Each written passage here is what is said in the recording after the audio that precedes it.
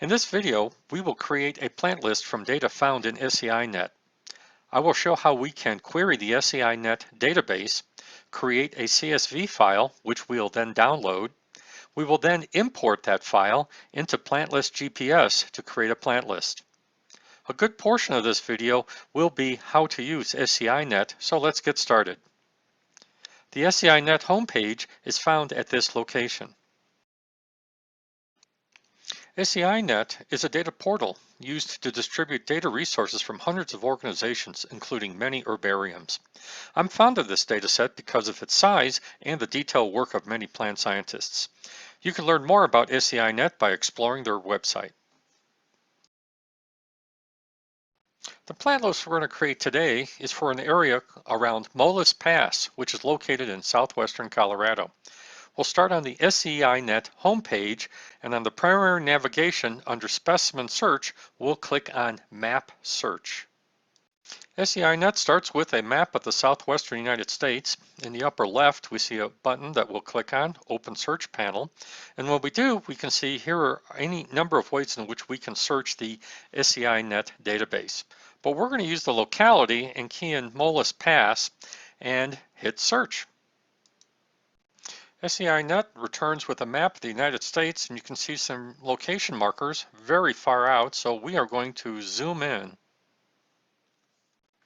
After a bit of zooming in and centering the map to the middle of our screen, what we now are taking a look at is Molas Pass and the Molas Pass overlook.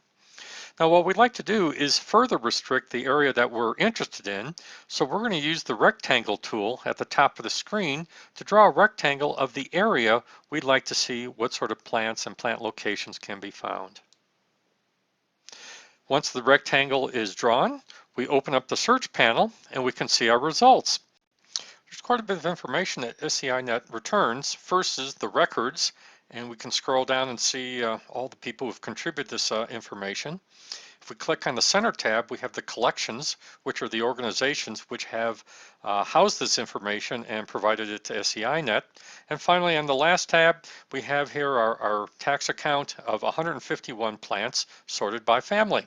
So pretty nice list of things that we found within this rectangle. Returning to the first tab of records, we'll see at the top of the screen we have three buttons. The first one on the very left is the download button. We'll click on it and we will get a dialog to download our data.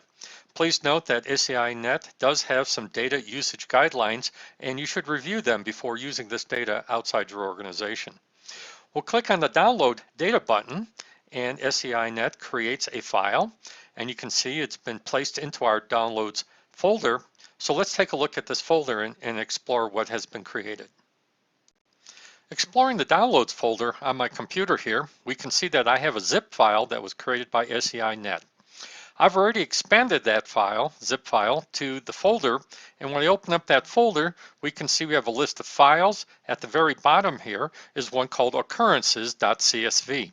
This contains the data that we're going to import into the Plant List GPS app. I'm going to rename this just for a little bit of clarity, as if I have lots of these download files, they're all labeled occurrences, and I just want to add a little context so that we can see it later on our mobile device. Okay, now that is done, the next thing we have to do is move it over to our device, and you can do that either by emailing it. In this case here, I'm going to copy it up to my cloud solution, and when we resume, we'll be on our mobile device and we'll take a look at this file. All right, I'm on my mobile phone now, and I've got the CSV file uploaded to my cloud solution. So let's take a look on how we're going to bring this in. From the main menu, I'm going to tap Import Plants. And when I do, I get a dialog, and the bottom half of the screen is about CSV importing. Looking at the very bottom button, Edit Rules, these are the rules for when the data that's coming in finds existing data, and should we append it, should we replace it, should we add fields to the existing record if we don't have any information there. And that's what I'm going to do, is I'm going to click on the data merge rules, and I'm going to say add the data from the import record when the existing record is blank or empty, and then append any new description or common names. There's all sorts of rules here. You can explore them for different reasons, for different things you can do when importing data. Okay, we'll exit the rules and we'll go back to the importing screen and we'll click on that center button, SEINet. We'll give a name to this plant list that we're about to create. We'll give it Mollis Pass. And then we'll select the file to import, which we have sitting up on our cloud solution. And there's the occurrence file that we brought down from SEINet, after which processing begins. Okay, after about a minute of processing, we can see we've come back and found about 263 valid rows, and we've created a plant list called Mollis Pass. So let's take a look at it. Our list of plant lists now has Mollis Pass. Tapping on it, we now get our list of plants. If I tap on the location marker icon at the top, we get a list of all the location markers that have come in. I'll tap on the first one just to show you some of the information in it. Some of the notes that we have about this location marker are from SEINet, some of the information and the date that it was created back in 2008. A lot more detailed information about SEINet data importing can be found on each of the secondary menus. Look for Screen Help Text. SEINet is a tremendous resource, and by importing data from SEINet, you can bring years of research and hard-to-access plant information to your phone or tablet. I hope you enjoyed this video. Thanks for watching.